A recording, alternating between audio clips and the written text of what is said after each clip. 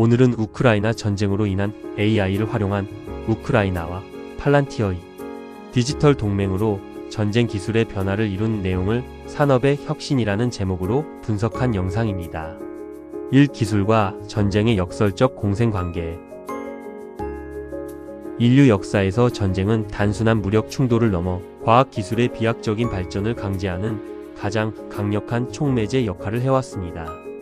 국가의 존망이 걸린 극한의 위기 상황은 평시에는 불가능한 수준의 자원과 인력, 그리고 막대한 자본의 집중을 만들어냅니다.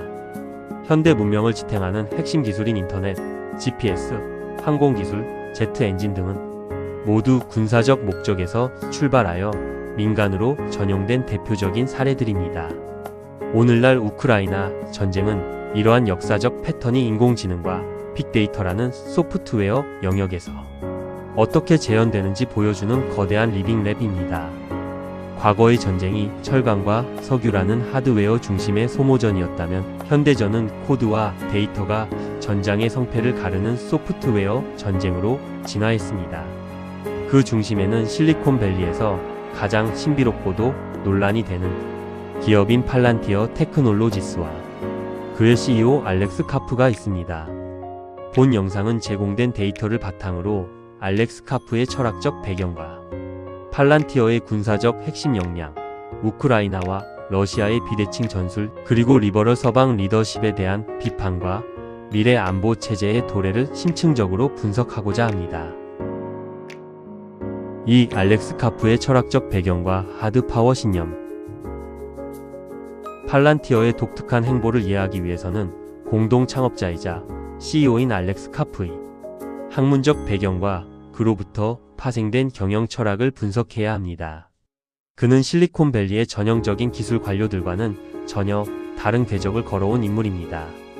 알렉스 카프는 스탠포드 대학교에서 법학 학사를 마친 후 독일로 건너가 프랑크푸르트 학파 2세대의 거두이자 세계적인 거장 철학자인 위르겐 하버마스 밑에서 철학 박사 학위를 받았습니다. 하버마스는 인간이 이성적인 대화와 소통을 통해 사회적 합의에 도달할 수 있다는 의사소통 행위 이론으로 유명한 인물입니다.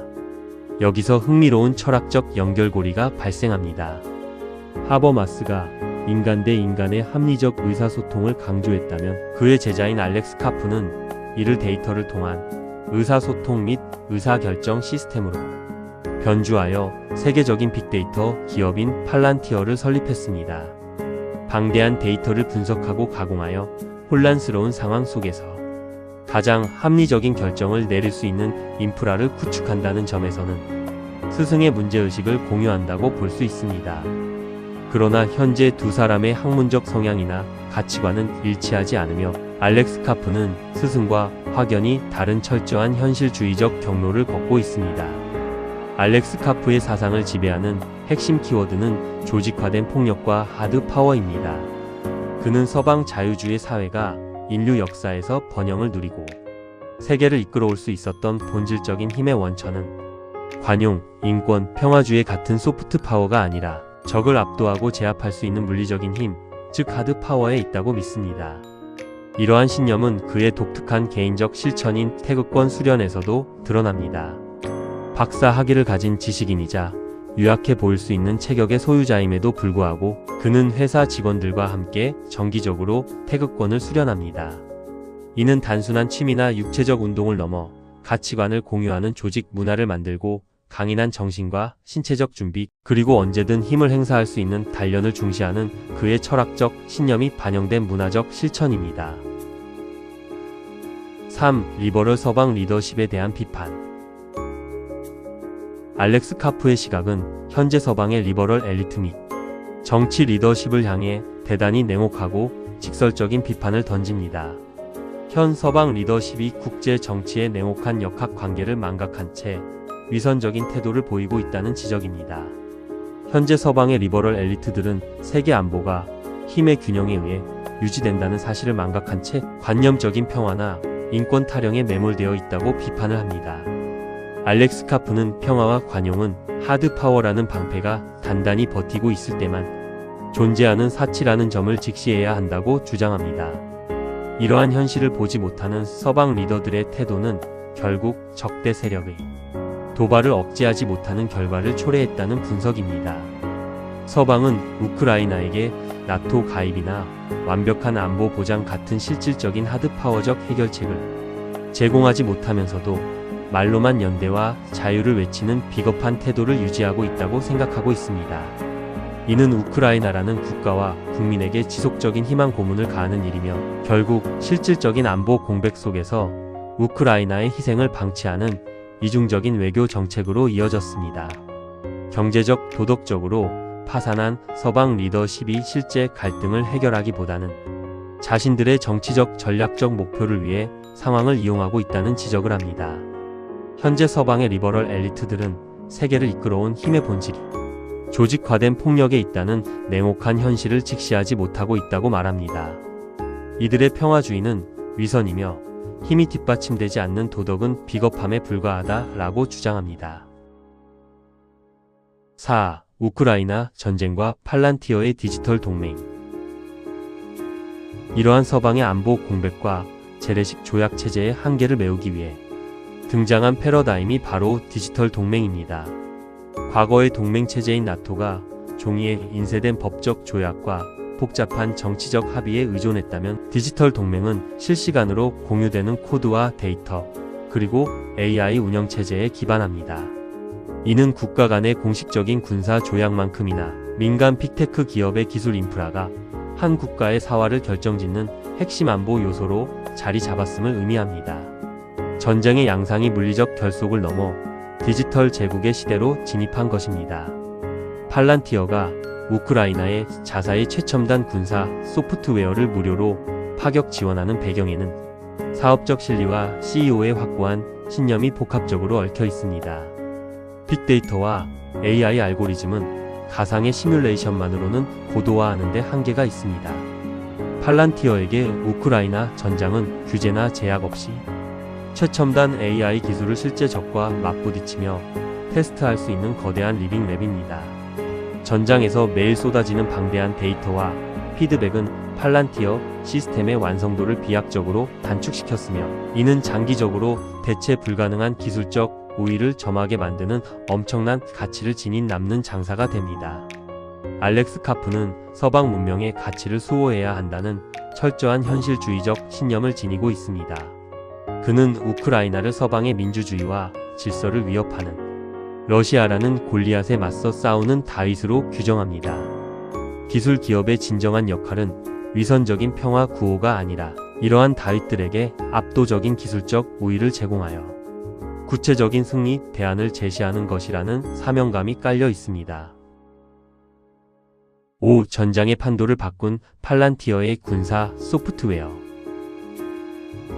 우크라이나군이 러시아의 거대한 물량 공세에 맞서 대등하거나 혹은 우세한 타격 능력을 보여줄 수 있는 핵심 비결은 팔란티어의 차세대 소프트웨어 라인업 덕분입니다. 그 중에서도 특히 프리스마 소프트웨어의 역할은 독보적입니다. 프리스마 소프트웨어의 메커니즘의 활용 내용의 3단계는 다음과 같습니다. 1단계는 데이터 기반 방공망 분석으로 위성 영상, 드론 정찰 정보와 오픈소스 정보 등 사방에서 수집된 방대한 데이터를 AI로 통합 분석하여 러시아의 방공망 체계를 정밀하게 파악합니다. 2단계는 최적 비행 경로 생성으로 적의 요격, 미사일 위치와 레이더 탐지 범위를 우회하여 드론이 가장 안전하고 확실하게 타격 지점까지 도달할 수 있는 비행 루트를 실시간으로 계산하고 제공합니다. 3단계는 물량과 정확도의 결합은 단순히 개별 드론을 조종하는 수준을 넘어 수천 대의 드론을 동시에 투입하는 복잡한 작전 상황에서도 속도와 정밀함을 잃지 않도록 대규모 타격 작전을 지휘 통제합니다. 6. 우크라이나의 결핍과 혁신. 우크라이나는 현재 심각한 병력 부족과 인구 감소라는 처참한 한계에 직면해 있습니다. 우크라이나 국방부 장관이 현재 탈영병 20만 명과 병역 기피자가 200만 명에 달한다고 고백할 정도로 인적 자원의 고갈은 극에 달했습니다. 이러한 결핍은 우크라이나로 하여금 사람의 수를 기술로 대체하는 드론 전쟁으로의 강제적 도약을 이끌어냈습니다. 우크라이나는 부족한 인적 자원과 재래식 무기 생산 기반의 열세를 민간 스타트업의 기민함으로 극복했습니다. 그 혁신의 상징이 바로 브레이브 마켓 시스템입니다. 운영하는 시스템은 다음과 같습니다. 첫 번째, 현장 군인의 비공개 앱 주문. 최전선의 조종사나 군인들이 비공개 군용 애플리케이션에 접속하여 현재 필요한 드론 및 특정 부품과 포탄 등을 직접 조회하고 주문합니다. 두 번째, 포인트 기반 거래 및 배송. 군인들이 전장에서 세운 공로에 따라 포인트를 지급받고 이 포인트를 화폐처럼 사용하여 카탈로그에 등록된 맞춤형 무기를 구매합니다. 세 번째, 실전 리뷰 및 피드백 작성. 무기를 실제 사용해본 군인들이 배송 앱이나 쇼핑몰에 후기를 남기듯 이 드론은 러시아의 주파수 교란에 취약하다, 날개 배터리가 너무 빨리 닳는다 등의 구체적인 실전 리뷰를 남깁니다. 네 번째, 민간 스타트업의 즉각적인 업그레이드. 민간 기술 스타트업과 연구소들이 이 리뷰 데이터를 실시간으로 확인하여 단 2주 만에 소프트웨어 코드를 수정하거나 하드웨어를 개조하여 개선된 버전의 드론을 다시 보급합니다. 이러한 초고속 민간 합동 생태계 덕분에 우크라이나의 드론 전술과 운용 능력은 현재 세계 최고 수준으로 진화했습니다. 이는 과거 서방이 우크라이나를 일방적으로 교육하고 지원하던 관계를 완전히 뒤바꿔 놓았습니다.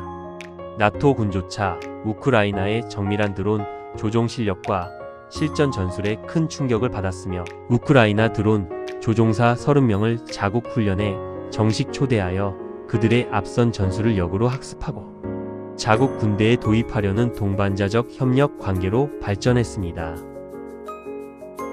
7. 러시아의 대응. 우크라이나가 민간 스타트업 중심의 유연하고 기민한 소프트웨어 혁신으로 대항한다면 러시아는 거대한 국가 규모와 자본을 바탕으로 한 구조적 국가 주도형 하드웨어 물량 공세로 맞서고 있습니다. 러시아는 철저히 정부가 주도하여 자본과 자원을 특정 분야에 올인하는 방식을 취합니다. 우크라이나의 다품종 소량 생산과 달리 러시아는 소수의 표준화된 공격형 전략 드론을 대량으로 찍어내는데 압도적인 강점을 보입니다. 전문가들의 분석에 따르면 우크라이나가 기술적 전술적 측면에서는 한 발 앞서 있을지 몰라도 러시아는 국가적 체급을 바탕으로 한 전략적 구조적 우위를 여전히 완고하게 유지하고 있습니다. 8. 팔란티어와 알렉스 카프를 둘러싼 논란과 윤리적 쟁점. 방대한 데이터 분석을 통해 전쟁의 패러다임을 바꾸고 있는 팔란티어와 알렉스 카프는 대중과 시민사회로부터 극단적으로 엇갈리는 평가를 받으며 논란의 중심에 서 있습니다. 긍정적 평가는 급변하는 AI 군사 패권 시대에 인공지능 기술을 국방에 성공적으로 결합하여 서방 민주주의 진영의 경쟁력을 확보하고 거대한 위협으로부터 문명을 지켜내는 강력한 추진력을 가진 철학자 CEO이자 전략가로 추앙받습니다. 부정적 평가는 거침없고 파격적인 언행으로 인해 괴짜 또는 영화 속 슈퍼빌런 같다는 인상을 줍니다. 특히 그의 급진적인 하드파워 주장과 군사 기술에 대한 무조건적인 옹호는 대중에게 디지털 파시즘이라는 거부감을 불러일으킵니다. 팔란티어가 사생활 보호 원칙을 경시하고 부정한다는 비판은 그들의 기술이 가진 압도적인 감시 능력에서 비롯됩니다. 알렉스 카프는 공식적으로 보안과 시민의 자유는 충돌할 필요가 없으며 기술적 가드레일을 통해 프라이버시를 충분히 보호할 수 있다고 해명합니다. 그러나 인권 단체들의 시각은 다릅니다. 팔란티어의 기술이 미국 이민세관 단속국의 강경한 이민자 단속 및 강제 추방 작전에 활용된 사례에서 보듯 민주적 절차와 투명성이 결여된 채 정부 권력의 손에 쥐어진 빅데이터 기술은 언제든 일반 시민을 향한 대규모 감시와 추적으로 변질될 수 있습니다. 실질적인 통제 장치 없이 국가 안보만을 최우선 가치로 두는 태도는 빅브라더를 탄생시켰다는 비판을 면하기 어렵습니다. 알렉스 카프의 현실주의적 가치관은 아시아 안보 지형에 대해서도 매우 파격적인 주장을 펼칩니다. 그는 제2차 세계대전 이후 미국과 서방이 독일과 일본을 비무장화한 것을 정치학적 관점에서 커다란 실수였다고 단언합니다. 그는 현재 일본이 비무장 상태로 평화 국가를 유지하는 것은 급부상하는 중국의 위협 앞에서는 사실상 눈 가리고 아웅하는 연극에 불과하다고 지적합니다.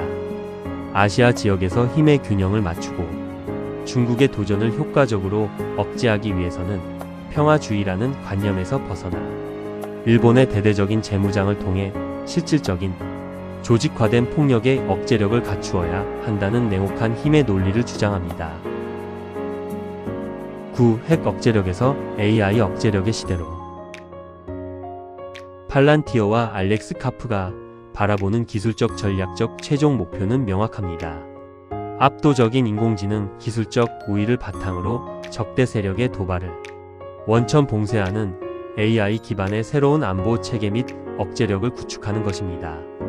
알렉스 카프는 지난 세기 동안 인류의 거대 충돌을 막아왔던 핵무기 중심의 억제력 시대는 저물고 있다고 진단합니다. 핵무기는 그 파괴력이 너무나 파멸적이기 때문에 역설적으로 실전에서 사용하기 어려운 무기입니다. 반면 전장의 모든 데이터를 실시간으로 시각화하고 가시화하여 가장 효율적이고 정밀한 타격 대안을 제시하는 AI 소프트웨어 역량은 실전에서 끊임없이 작동하며 적을 심리적 물리적으로 압도할 수 있습니다. 결국 미래의 안보는 종이 조약이나 핵무기의 숫자가 아니라 누가 더 정밀하고 방대한 데이터를 실시간으로 처리할 수 있는 코드와 알고리즘을 가졌느냐에 의해 결정될 것입니다. 전쟁은 기술의 진화를 강제하는 극한의 비극적 환경을 제공하지만 그 안에서 탄생한 강력한 AI 기술을 인류의 파멸이 아닌 평화와 공존을 위한 억제력으로 길들여야 한다는 무거운 과제 역시 인류에게 동시에 주어졌습니다. 오늘 영상이 유익하셨다면 구독과 좋아요 부탁드립니다. 시청해주셔서 감사합니다.